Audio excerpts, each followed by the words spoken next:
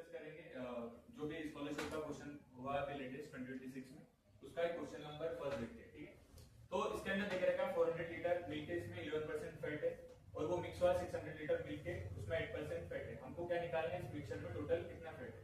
अब इसके अंदर क्या होता है, दो ऑप्शन हमारे एग्जैक्टली राइट रहते हैं। अब इसको करने का तरीका क्या होना चाहिए कि हमको क्या देखे रखा है, मिक्सचर एलिगेशन वाली मेथड सॉल्व करेंगे। आपको यहाँ पे क्या देखे रखा है, 11% का फैट देखे रखा है, ओके, और यहाँ पर कितने परसेंट का फैट देखे रखा है, 8% का। तो परसेंटेज हमको ऊपर बनाना है। 11% को मैं यहाँ पे लिखूंगा, उसके बाद में 8% को मैं यहाँ पे लिखूंगा, मेरे को टोटल चाहिए, है ना। उसके बाद में नीचे हम क्या लिखेंगे, क्वांटिटी लिखेंगे। अब क्वांटिटी क्या क्या है मेरी, यहाँ पर 400 यहाँ पर क्वांटिटी और यहाँ पर कितने में 600।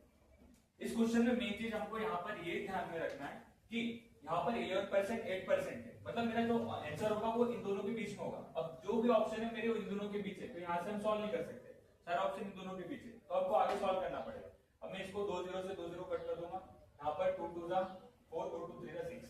अब बीच वाली वैल्यू निकालने के लिए इन दोनों का मल्टीपल करेंगे, तो 2 into का 11 प्लस 3 into का 8 और अपॉन में 2 plus 3 कर दूंगा, अपॉन में 5।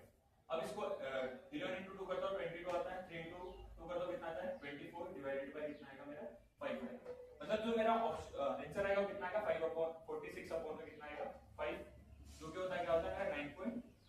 ठीक है, तो इसमें क्या आएगा मेरा ऑप्शन बी आएगा और ये भी सी होगा, ये भी क्या आएगा 46/5। ओके, तो इस क्वेश्चन को सॉल्व करने के लिए हमारी अप्रोच होनी थी, अगर ये दोनों के बीच वाली वैल्यू अगर हमको डायरेक्ट मिल जाए तो हमारा डायरेक्ट सॉल्व होता है। अगर डायरेक्ट सॉल्व नहीं हुआ तो पहले इसका रेशियो करना, इसका मल्टीपल इससे, इसका मल्टीपल इससे और सम करके डिवाइड कर देना। ठीक है, अब देखते हैं नेक्स्ट क्वेश्चन। ठीक है, देखते हैं हमारा नेक्स्ट क्वेश्चन। इसमें इंपॉर्टेंट चीज है कि क्वेश्चन बहुत सारे एग्जाम में रिपीट आता है। इसमें 2 ईयर देके रखा है और 1000 प्रिंसिपल रेट 12% देके रखा है, निकालना है कंपाउंड इंटरेस्ट सिंपल इंटरेस्ट का डिफरेंस। ये बड़ी-बड़ी एग्जाम में भी आता है और 8th की स्कॉलरशिप एग्जाम में। तो इसके लिए एक सिंपल सा फार्मूला है कि हमको क्या करना है, सीआई और एसआई का अगर डिफरेंस निकालना है तो हम क्या करते हैं, प्रिंसिपल उसको r स्क्वायर अपॉन के r अपॉन का 100 और इसका ब्रैकेट स्क्वायर को मल्टीपल करते हैं तो हमारा डायरेक्टली आंसर निकल जाता है। अगर कोई बच्चा यहां से निकाल ले कि r स्क्वायर मतलब हमारा जो रेट देके रखा है, रेट इसकी वैल्यू क्या है मेरी 12। अब 12 का स्क्वायर क्या होता है मेरा 144, मतलब जो मेरा आंसर आने वाला है 144 का मल्टीपल आएगा कि नहीं आएगा, 144 का मल्टीपल जो है ये ऑप्शन है मेरा, तो यहां से डायरेक्टली आंसर आएगा मेरा डायरेक्टली ऑप्शन नंबर 3। हम और इसको देख लेते हैं सॉल्व कैसे करना। अब मेरा प्रिंसिपल कितना मेरा 10,000 है ना, रेट कितनी मेरी 12 into 12 करूंगा और अपॉन में ये भी क्या आएगा 100 into का 100 आएगा, तो यहां से 2 0 कट जाते हैं और 12 into 12 कितना बचता है मेरा 144। तो डायरेक्टली मल्टीपल मेथड का यूज करके हम इसको डायरेक्टली सॉल्व कर सकते हैं। ठीक है, अब देखते हैं हमारा नेक्स्ट क्वेश्चन। देखते हैं हमारा नेक्स्ट क्वेश्चन है अलजेब्रा क्वेश्चन है, ये भी हमारे एग्जाम में आया था और अच्छा क्वेश्चन है। ठीक है, हमको इसमें क्या बोला, इन्होंने a माइनस बी की वैल्यू निकालने के लिए बोला।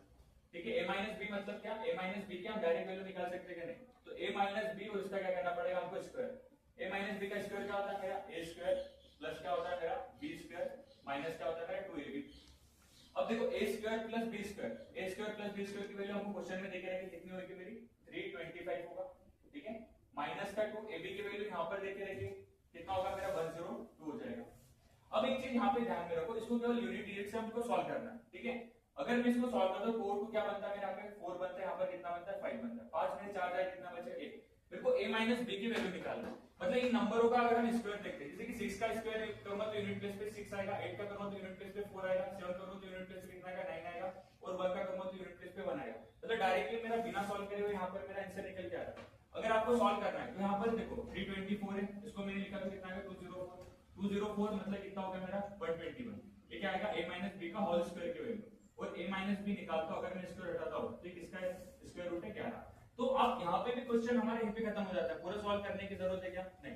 तो यहाँ से हम कुछ, ठीक है, ये भी बहुत अच्छा क्वेश्चन है। इसके अंदर आपको क्या लिख रहा है, आर्टिकल 216 रुपए का कितने लॉस में बेचा 216, मतलब हमको इस क्वेश्चन में क्या लिख रही है, 2 सेलिंग प्राइस देके रखे। ठीक है, सेलिंग प्राइस 1 देके रखी यहाँ पर, जो कि लॉस हो रहा है SP1 मतलब कॉस्ट प्राइस से ज्यादा होगा। सेकंड देके रखी मेरे को SP2 यहाँ पर देके रखी। ओके, अब वो क्या बोल रहा है कि अगर मैं 300 पे बेच रहा हूं तो जो गेन मिल रहा है वो कितना हो रहा है, लॉस का मेरा 2.5 हो रहा है। मतलब यहां से लेकर यहां तक की जो वैल्यू मेरी कितनी है 2.5, तो यहां से लेकर यहां तक की वैल्यू एक रही होगी नहीं, एक रही है। जो डिस्टेंस है मेरा वो कितना आ जाएगा 3.5 का मेरा डिस्टेंस आएगा। ठीक है, 3.5 मेरा डिस्टेंस आएगा। अब क्वेश्चन को सॉल्व कैसे करना है कि सबसे पहले इन दोनों का डिफरेंस निकालना है।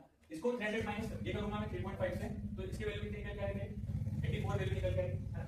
उसके पहले हम थोड़ा सा कॉमन सेंस यूज करेंगे कि अब जो कॉस्ट प्राइस होगा मेरा, कॉस्ट प्राइस क्या होगा मेरा 216 से बड़ा होगा 300 से छोटा होगा, कॉस्ट प्राइस होगा मेरा, क्योंकि एक बार क्या हो रहा है, प्रॉफिट हो रहा है और मेरे को वैल्यू किसकी निकालनी है, कॉस्ट प्राइस की निकालनी। तो जो मेरा आंसर आएगा 300 से कम आएगा, तो 300 से कम आएगा मतलब ये ऑप्शन और ये ऑप्शन मेरा आंसर होने वाला है क्या, बिल्कुल नहीं होगा, ठीक है।